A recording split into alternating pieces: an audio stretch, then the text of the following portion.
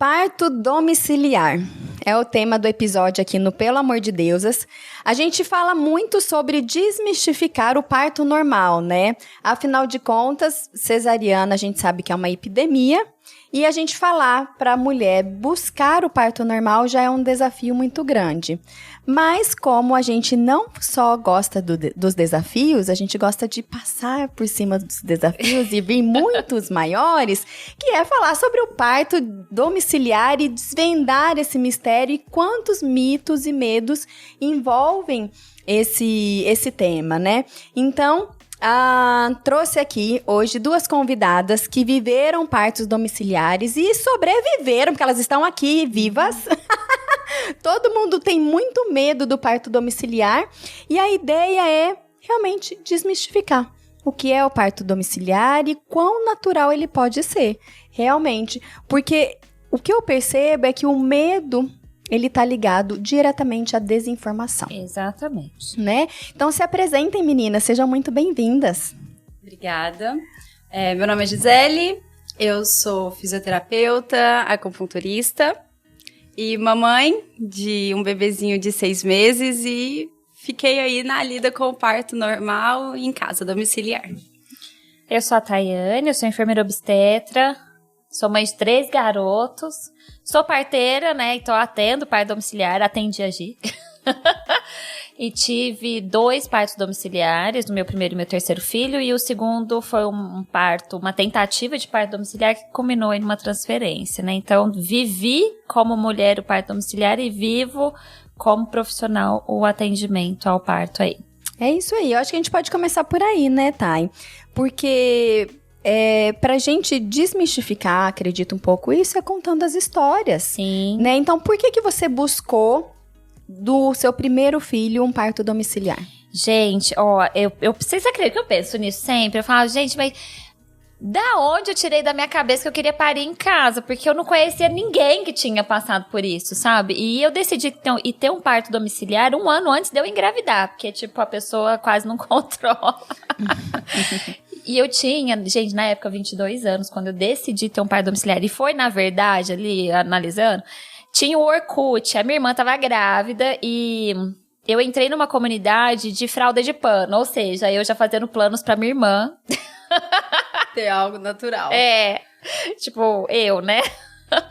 E aí eu fui me tentar entender um pouco esse universo de fralda de pano e aí encontrei a galera do parto domiciliar, porque quem usava fralda de pano há 15 anos atrás, 16 anos atrás, né?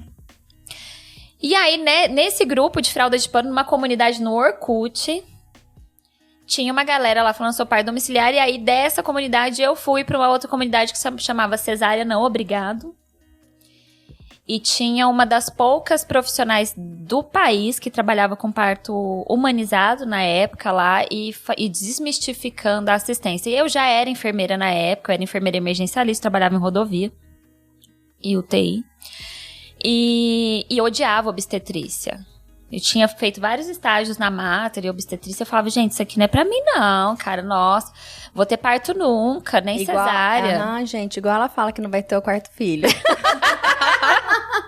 Eu já cheguei no 3º. Futuro dirá. Fala, não vou ter mais, tá vendo? A história se repete. Quem viver, verá.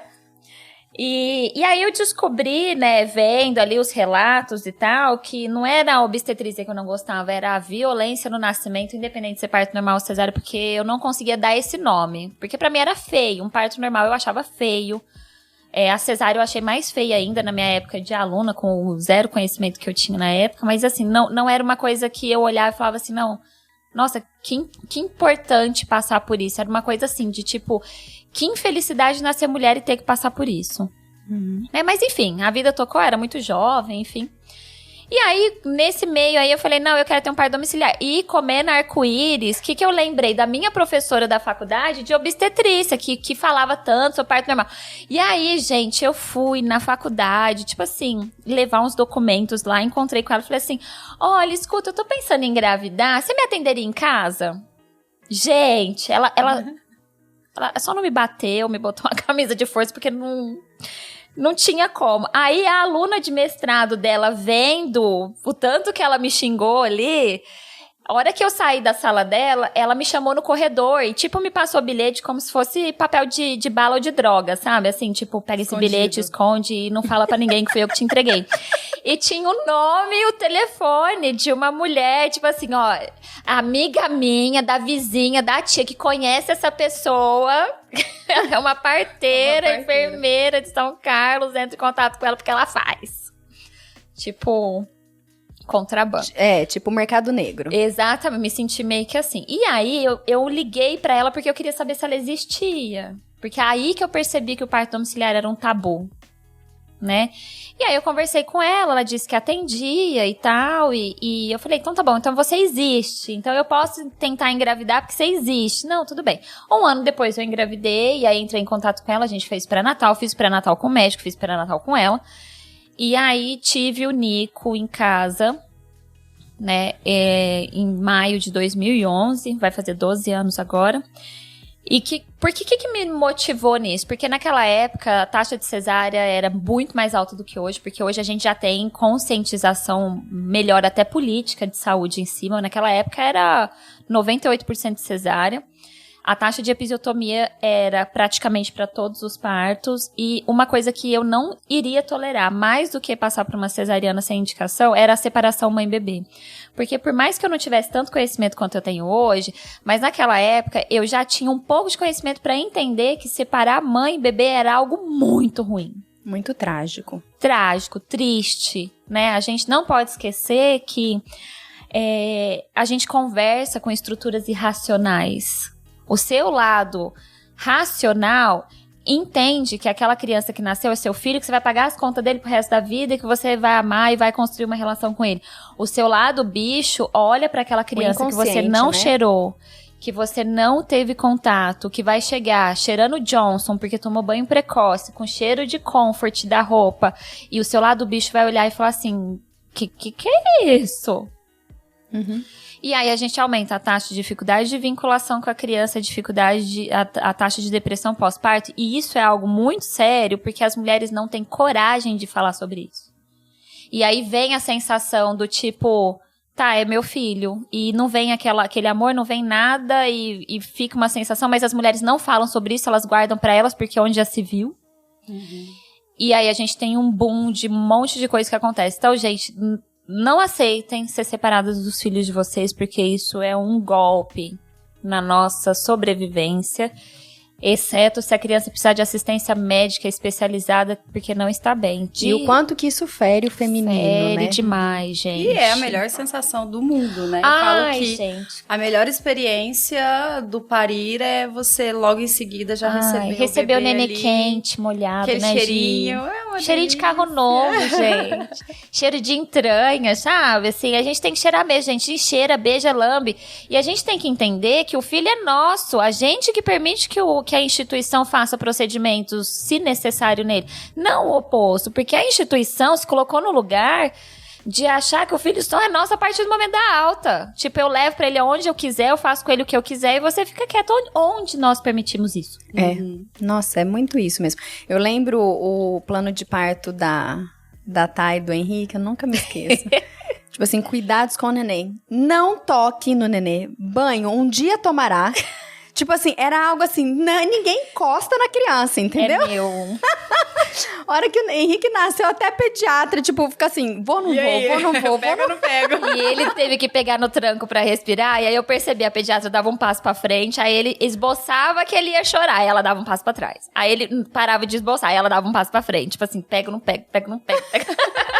Aí no final das contas ele se resolveu sozinho, ficou tudo bem. Né? Ainda bem, porque tava tenso ali, ninguém encosta na criança. Ai, Rosando, gente, né? Tipo...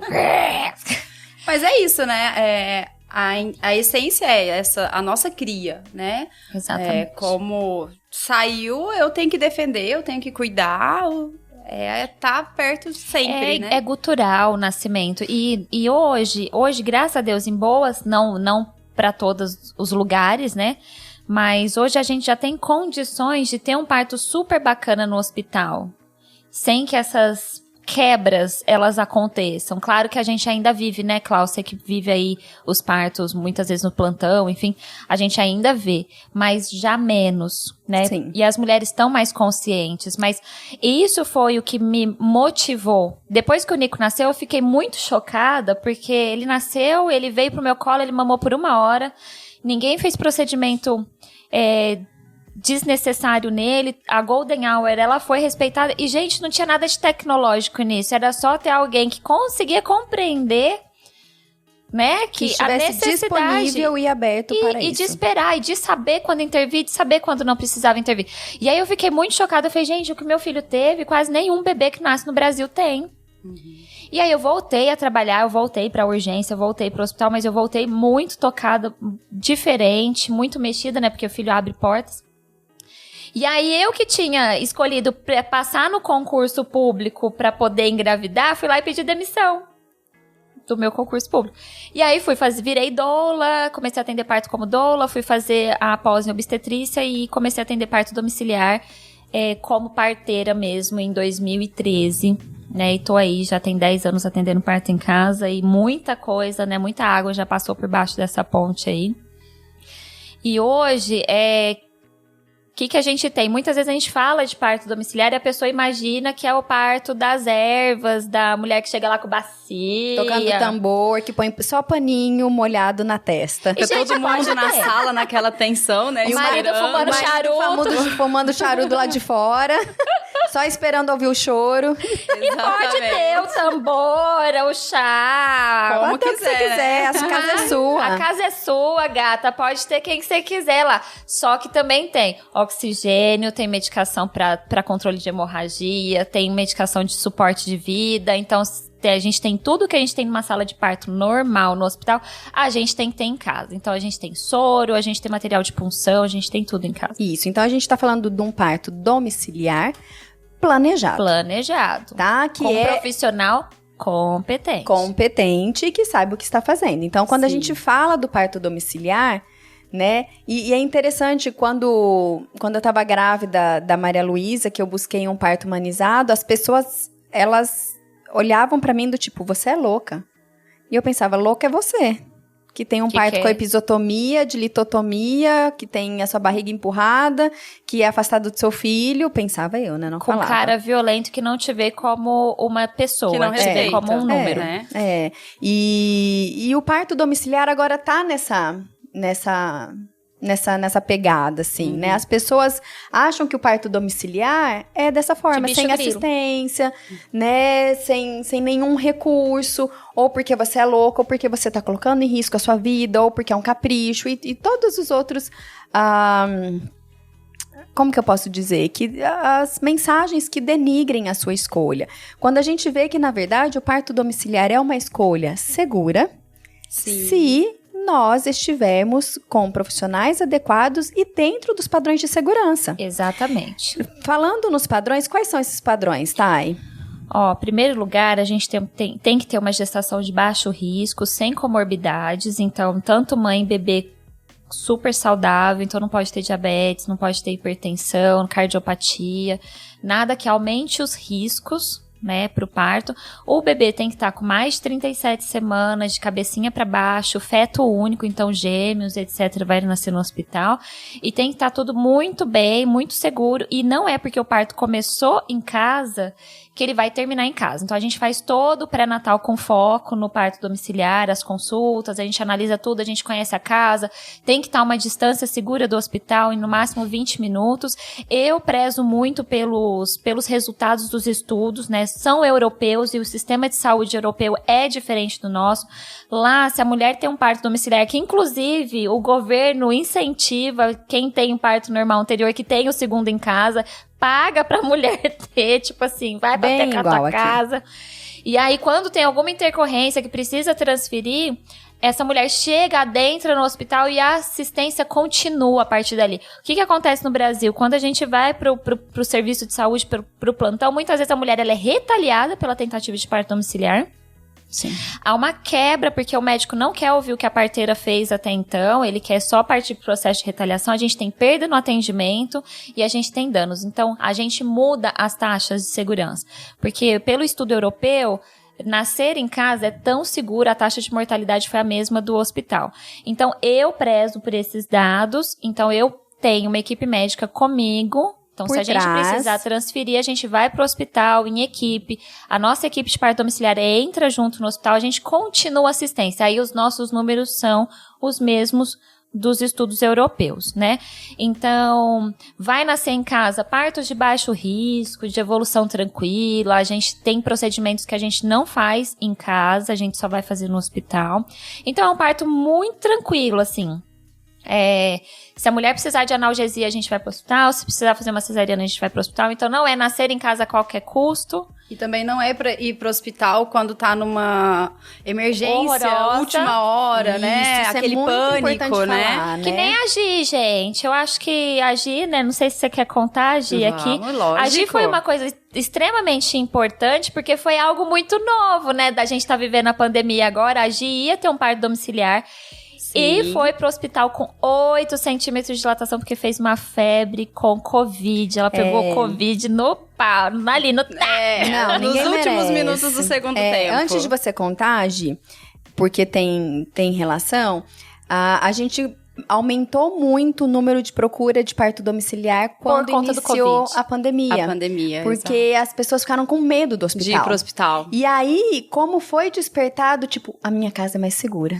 Exato. Então, eu vou ter meu bebê aqui, porque aqui é mais seguro que o hospital, porque o hospital não está mais seguro por conta do Covid. Eu acho que essa parte foi um start. Um start de, peraí, eu tô mais segura aqui, né? Eu tenho mais coragem de ter aqui do que no hospital. Isso, e olha que interessante como as coisas mudam, né? Os paradigmas. Exatamente. Conta por que você escolheu um parto domiciliar e como foi essa sua experiência? Eu acho que assim, né, já vou ressaltar de início, a confiança na equipe é o principal de tudo, de cada detalhe, né? E eu, até então, tinha sempre o conhecimento, eu já sabia que eu queria um parto humanizado, eu busquei uma equipe mais humanizada e eu buscava o quê? Não, eu quero ficar em casa até o último instante para ir pro hospital. E vou tentar o parto normal a todo custo, até enquanto não houver risco nem para mim, nem pro bebê. E aí foi onde eu vim na Thay, com 31 semanas, né? Foi. Até levei um pouco de bronca, porque eu falava, Thay, preciso marcar, e acabei atrasando um pouco. Ela chegou pro Epinô um dia antes do parto. Exatamente. Você vê o padrão dela, tudo tá? dá tempo, Isso vai porque dar era o tudo primeiro certo. filho. Imagina quando a gente Não, tiver no segundo. eu vou te dar só um Não, beijo coitado. virtual. E aí, eu cheguei na Thay e ela falou, e aí, você tá com a saúde perfeita, tá tudo bem, vamos tentar o normal? O domiciliar? E aí eu fiquei com aquele pontinho de interrogação, falei, olha, é uma coisa que eu já pensei, mas ao mesmo tempo, na época eu morava na chácara, um pouquinho mais longe, gente, a chácara né? foi um adendo, viu? Porque a gente queria um parto domiciliar na chácara, que era linda. Principalmente se fosse durante o dia, como ele nasceu, né? Então, acho que seria um cenário bonito, né, também. E aí, decidi, já com 32, quase 33 semanas, e comecei a correr atrás. Li o Parto Ativo, que é um livro que eu indico, né? Acho que todas nós indicamos. Da Janete Balascas, ótimo. Isso. E decidi fazer o parto, providenciei tudo. Fui atrás de todas as informações necessárias com a minha gineco, com a Thay. Elas me deram muito suporte, muita segurança. Até então eu tinha um pouco de dúvida também, porque eu queria que o meu marido se sentisse seguro. Que eu acho que isso é muito importante, né? Porque na hora ali, às vezes pode ter um desespero. E aí a equipe vai acudir o marido em vez de acudir ali a gestante. Então, deu tudo certo, programei tudo, foi tudo muito bonito, estourou a bolsa, não saiu meu tampão na segunda de manhã, fui dar banho no cachorro, fui preparar tudo, nem tinha feito bolsa maternidade, porque essa não era uma opção, deixei separado, qualquer coisa. Conheço essa história. Tem pessoas que vai estar, até meu filho nascer, até eu parir, até saída do hospital, vai estar tudo pronto, alguma coisa vai ter lá pra mim. Então, não deixei organizado e tive um episódio de febre. Nesse dia teve uma mudança climática. De manhã tava o sol, de repente esfriou e choveu. E aí eu falei, não, é pelo tempo, né? eu entrei pra casa, tomei um banho, já tava tendo contrações, tava arrítmicas ainda, e aí tive febre de 38. Aí eu, vou avisar, né, minha equipe. Avisei, aí a Thay lá, daqui meia hora eu tô na sua casa. Chegou lá. De madrugada. Fez um teste de Covid. Ai, Por um lado... Eu não ia enfiar aquele palitinho de jeito nenhum. Tayane, sai desse palitinho daqui. Por um lado, eu fiquei muito feliz. Eu não quero saber. Né? Eu falo que a gente tem que buscar ver o lado positivo de tudo, Sim. né? E muito rápido, né? Numa situação dessa, eu não tinha muito tempo. Então, eu tive que ficar feliz. Na hora, eu fiquei até feliz, porque pelo menos era um Covid. Eu já tive Covid outras vezes, então... E ficou tudo bem. Tava tudo bem, não era nada com o bebê. Então, meu principal medo claro. até ela chegar lá era isso. Aí, triste foi quando ela falou assim, não tem como mais ser em casa, então nós vamos pro hospital, coloca a máscara. A máscara parece que foi mais facada do que... Tipo, estou adoecida. Exatamente. Né? Então, ali eu me senti muito impotente. Mas logo eu, calma, vai dar tudo certo, Deus sabe o que faz, nada acontece por acaso. E ainda bem que foi antes, né? Não foi no momento de desespero, intercorrência, nem nada. A gente foi pro hospital com 8 centímetros. Eu ainda dormi no outro dia, tomei café bonitinho, aí a Thay chegou lá, eu já estava com 8 centímetros. Então, assim, se estourar, nasce, entendeu? E foi. E foi isso, né? Que Foi. acabou que eu tava tentando fazer ele sair encapsulado, e aí fazendo força, fiz machado, yoga, meditei na hora, mas assim, o principal de tudo é que eu me entreguei pra minha equipe. Foi muito bonito. Eu já tinha falado com toda a equipe, eu só quero uma cesárea se começar a correr risco pra mim ou pro bebê. Eu só quero analgesia se vocês realmente verem que eu estou precisando, porque às vezes, né, a mulher na ansiedade, no medo, acaba pedindo ali e ela tem ainda o potencial, ainda tem um gás. E eu sei que pra elas é muito mais fácil reconhecer isso do que pra mim, que era o meu primeiro parto, né? Então, elas já tinham isso como instrução. Minha meinha que não podia sair do meu pé, porque meu pé ficava mais quentinho. Olha lá, coisa da acupunturista. Exato. Meu rim ali tava aquecido, pelo menos. E aí eu me entreguei. Elas sabem o que tem que fazer, eu sei que elas não vão deixar o bebê sair de perto de mim, eu sei que elas vão cuidar da minha placenta. Eu realmente confiei na minha equipe desde o início. Então, o que vinha por ali, né, o fato de eu ter que ser transferida, na hora, em hipótese nenhuma, eu fiquei desconfortável, eu fiquei insegura, será que é a decisão certa? Hora nenhuma eu tive isso. Então, eu acho que buscar uma equipe capacitada é muito importante para isso, porque é o seu melhor momento, né? É muito especial. E a gente precisa entender que quando você planeja um parto domiciliar, não quer dizer que vai acontecer domiciliar. Exatamente. Né? O parto domiciliar é o plano A. Exato. Mas tem que ter o B ali. Tem que ter o B e você está aberta para isso. É o que você falou, eu confio e me entrego para o outro plano. A valorização do nascimento, independente do local e da via, né? Ele é mais importante. Ele é mais importante. E é outro ponto que é importante salientar também, conforme as equipes elas vão crescendo, o mercado ele vai se abrindo, né? Hoje a gente tem muitas equipes de parto humanizado, que eu acho isso fantástico, porque essa mensagem chega em outras pessoas e cada vez mais longe, e a gente só muda o cenário quando a gente tem muita gente falando a mesma língua. Só que entra um outro pontinho que é importantíssimo. Gente, parto domiciliar tem que ter muito cuidado na escolha da equipe, porque a equipe precisa saber muito o que faz. Porque quem tá atendendo parto em casa tem que ter tanta experiência a ponto de resolver praticamente tudo em 2 pessoas. E em segundos. Então, assim, não vão pelo preço, gente. Se você não tem condições de arcar com uma equipe de parto domiciliar que você conhece, que sabe lidar com intercorrência, não vá pelo preço, não vá. Porque, assim, infelizmente isso acontece. E a gente precisa, parto domiciliar, ele é seguro, só que parto acontece em intercorrências, tem que ter raciocínio rápido, que nem agir. Por que ela foi pro hospital por causa do Covid? Ela tava ótima, tanto que ela teve um parto super bom, porque o Covid aumenta a taxa de hemorragia. E realmente teve um sangramento aumentado. Então, a parteira, ela precisa saber de tudo isso para tomar decisões. Eu tive uma transferência do meu segundo filho. Foi um trabalho de parto longo. E foi uma desproporção. Eu tive que ir pro hospital fazer uma cesárea, que era uma desproporção, né? O meu terceiro filho, a gente já teve outros cuidados na gestação, porque eu tive uma estimocele, que é uma alteração na cicatriz da cesárea anterior. E aumenta um pouco o risco de rotura uterina. Então, na gestação do meu terceiro filho, a gente teve que ficar de olho até para poder tomar a decisão de, olha, vamos ter ele em casa ou não. E aí eu tive um terceiro parto domiciliar super tranquilo. Meu útero não rompeu. E tamo aí. E foi muito lindo. E tem uma coisa, né, que eu acho que vale a pena salientar, é que quando eu decidi ter o parto em casa, eu não avisei ninguém. Só quem sabia era o meu marido. No máximo, quem soube foi a minha irmã, porque ela era a minha rede de apoio e ela ia vir pra cá, tudo. Mas eu não avisei pra ninguém, porque é um ato de coragem pra quando não se tem conhecimento. E quando nunca se passou pela experiência. E quando eu falei pra minha irmã, ela... Gi, mas sério? Minha irmã teve 3 cesáreas.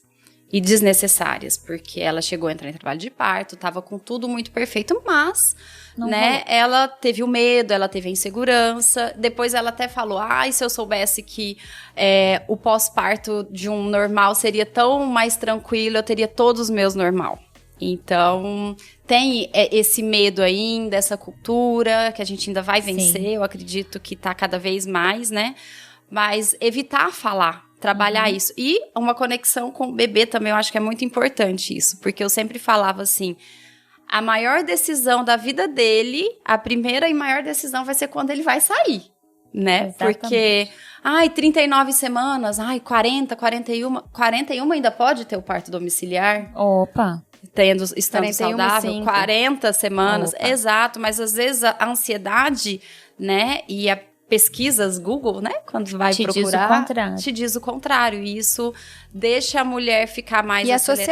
E a sociedade te diz o contrário. Com certeza. Hoje, você tocou num pontinho que eu acho muito importante, nem só pra mulher que vai ter parto domiciliar, mas pra mulher grávida que quer fazer algo diferente em geral. A ansiedade... A gente lidar com a própria ansiedade já é difícil do final, porque vem medo. Eu achava que eu falava pro meu marido, eu falava, fala que eu tô louca. E que eu encontrei outra louca, que enlouqueceu comigo de querer um parto desse. Por que eu não sou igual o gado que vai pra cesárea sem pensar? Por que eu tenho que pensar contra a margem? E eu tinha medo da louca ser eu. Só que aí que era? Eu não contei, e as poucas pessoas que eu contei falavam que eu era louca. E aí, lidar com a ansiedade do outro é pior e mais difícil do que lidar com a nossa. Só que a gente tem que saber diferenciar uma coisa, que foi um pontinho que você falou que é muito interessante, que se o outro tivesse a mesma informação que você, estivesse vivendo o mesmo momento que você, às vezes a decisão dele seria diferente. A gente se baseia na ansiedade do outro, mas o outro nunca se informou, o outro nunca viveu, o outro não faz as consultas que você faz, não entende do seu desejo, não está no mesmo momento. Então, gente, não se baseie. E isso é muito importante. Não conte. Se for contar, conta com pessoas, para pessoas que vão te ajudar, né? A família é um negocinho bem delicado, né? Porque a gente fica, mas se eu não vou contar para minha mãe... gente, quando a gente vai mais profundo, você meus nasceu... Meus só souberam depois que eu pari. Exatamente. Se for contar, entenda que a pessoa está vivendo um momento diferente da sua vida, tem uma história diferente da sua vida e vai trazer os medos dela pra você e você precisa saber separar. E por cuidado, né? Não é um medo pra te desencorajar, não, é por cuidado, pelo excesso de cuidado que ela não é tem, por mal, né? Mas o quanto isso chega pra você e te afeta. Exato. Fora que a gente tá totalmente vulnerável, né, emocionalmente. Eu tive um parto uma vez, gente, isso aí faz uns 5, 6 anos já. Rompeu bolsa com 37 semanas e demorou um pouco pra entrar em trabalho de parto. Eu fui lá, vi, tava tudo bem com o bebê, tava tudo bem com a mãe e tal. E aí eu cheguei em casa, tava com umas 20 horas de bolsa rota, eu passei lá pra fazer uma última avaliação, porque já era tarde da noite, né, pra gente poder passar a noite tranquilo, e de manhã eu voltava lá pra fazer outra avaliação se nada acontecesse. Assim que eu cheguei em casa, eram umas 11 horas da noite, meu telefone tocou. Eu atendi, era a mãe do pai do neném. E aí eu atendi ela, oi, tudo bom? Eu falei, oi, ela tá indo, você acabou de sair daqui de casa, eu preciso muito conversar com você. Eu falei, diga, o que tá acontecendo? Então, porque o meu filho e a minha nora têm pé na cabeça. Então eu tô te ligando pra saber se você também tem. Ou se você é louca Também, né? e irresponsável eu também tô na mesma vibe deles. Tudo junto e misturado. Ou se você também é louca e irresponsável. Então eu tô te ligando pra saber se você sabe o que você faz. Falei, olha, eu acho que eu sei o que eu faço. Não estaria fazendo, né? Não, fala, não, eu trabalho. Realmente, meu trabalho é esse, é matar as pessoas. Eu sou uma assassina mal. por dentro. Eu sou uma psycho killer, sabe? Assim, E ainda eles me pagam pra isso. Pra ter uma experiência sobrenatural.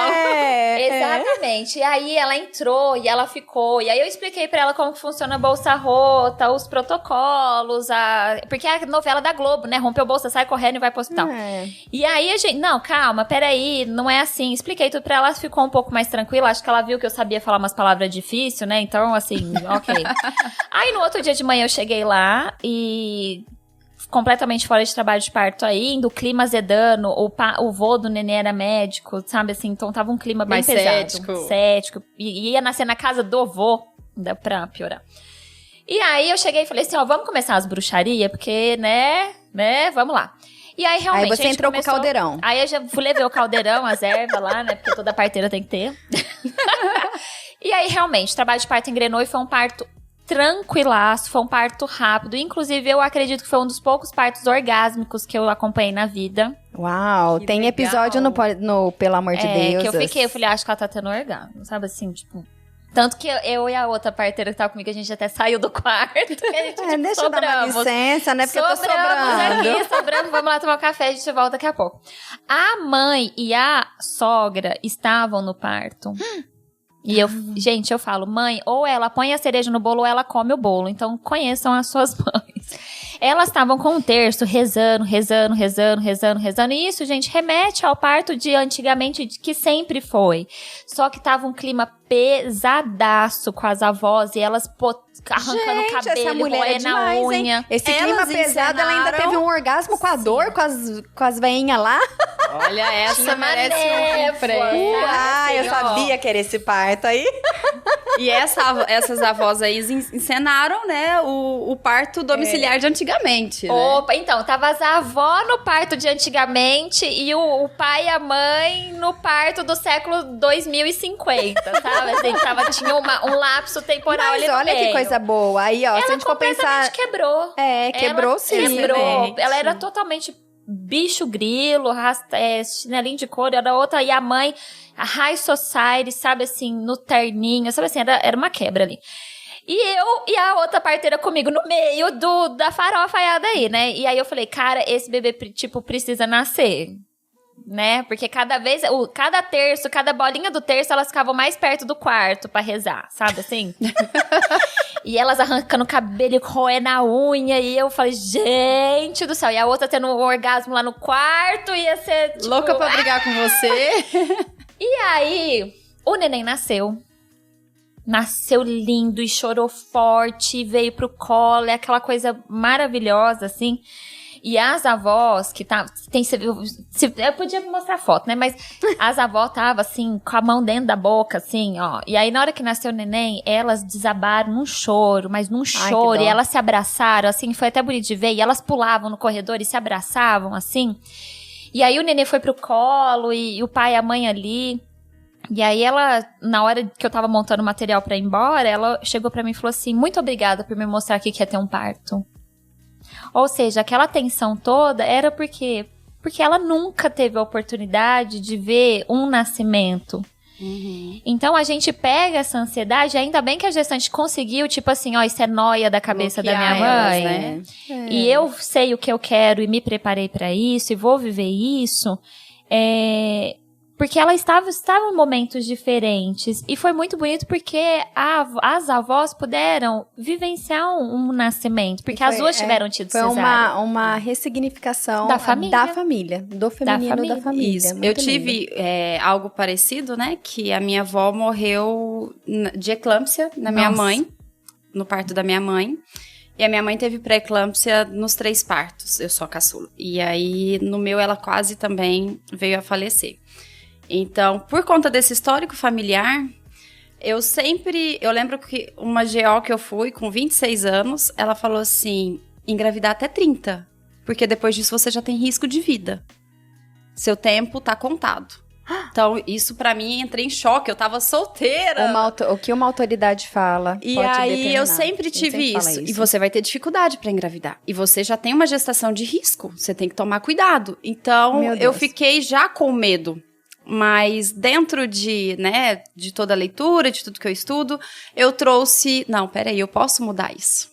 E aí, pra mim, era uma ressignificação muito importante de ter um parto normal, de ter um parto humanizado, onde não a cesárea, a pré-eclâmpsia não tivesse perto de mim. Então, eu falei, eu realmente quebrei esse tabu dos meus ancestrais de que, não, a mulher, ela vai parir, ela vai ter risco de vida. Não tem isso. É por isso que nós Ou se cuidar, né? Nós estamos juntos porque a gente faz muito esse processo, né? E pelo amor de Deus, é bem isso. A gente começar a quebrar padrões que a gente segue, trazer luz, trazer consciência para quebrar alguns padrões que a gente segue sem saber. No automático, Exatamente. né? Mas eu acho que é isso. Eu também tive uma distócia de mãe, né? No meu caso. A gente foi pro hospital pra fugir da minha mãe, tá, mãe? Você sabe disso? Não sei se tá sabendo agora. Claudinha, vamos pro hospital? Porque tá tudo bem? Tá, sua mãe não tá bem, então vamos embora. Não, você não sabe. Também foi uma bolsa rota mais prolongada, mas não tanto assim. Mas dessa parte eles nem sabem. Ficou sabendo agora. Mas a hora que a gente foi pro hospital, a Tayane foi no carro com a gente. E o meu pai, a minha mãe e a minha irmã... Detalhe, meus pais estão separados, né? Tava todo mundo junto dentro do carro. Eles estão super bem, tudo bem. E eles estavam fazendo tocaia na frente de casa. Entendeu? A hora que a gente saiu pro hospital, eles foram atrás. Pra quê? Não sei, porque... O que eles iam fazer, né? Aí meu pai, nervoso, falou assim... Ainda bem que a Cláudia foi pro hospital. O que ela tá achando? Que a filha é dela? Aí a minha irmã olhou e falou... pai, a filha é dela. Então, é preocupação e a gente entende. Mas, pra gente caminhar aí pro encerramento, vamos falar das coisas maravilhosas que tem o parto domiciliar? Que o hospitalar não tem? Ai, gente, O cheirinho de brinde. pão quente em casa. Fresquinho. Você comer a sua comida. Tomar banho no Ter seu as pessoas chuveiro. que você gosta ali com você, né? Deitar na sua cama, no seu lençol. Seu Gente, banheiro, o né? O brinde, seu chuveiro. A escolha da comida, né? E, gente, sabe o que eu sinto? Eu vivi, né? Tanto uma transferência, 2 partos domiciliares e 1 no hospital.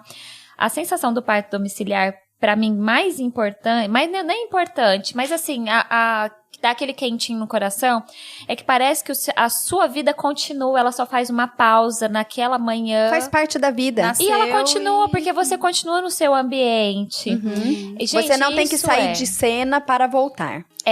Então, não tem aquela quebra, né? De vou pra um local que eu não conheço, ficar lá 24 horas pra depois voltar. Não que isso seja um problema, porque também eu tive meu pai no hospital e foi tudo bem, foi tudo ótimo, mas tem essa questão da privacidade. E uma frase clichê, mas que é verdade, né? Se no hospital eu sou mãezinha, na minha casa eu sou rainha, né? Ela é pra coroar, assim. Mas é bem isso, é pensar muito além, né? Então, informação e o que você quer pra você. Né, eu acho que fica aqui. Espero do fundo do meu coração que esse episódio traga aí um calorzinho diferente nos corações das mulheres.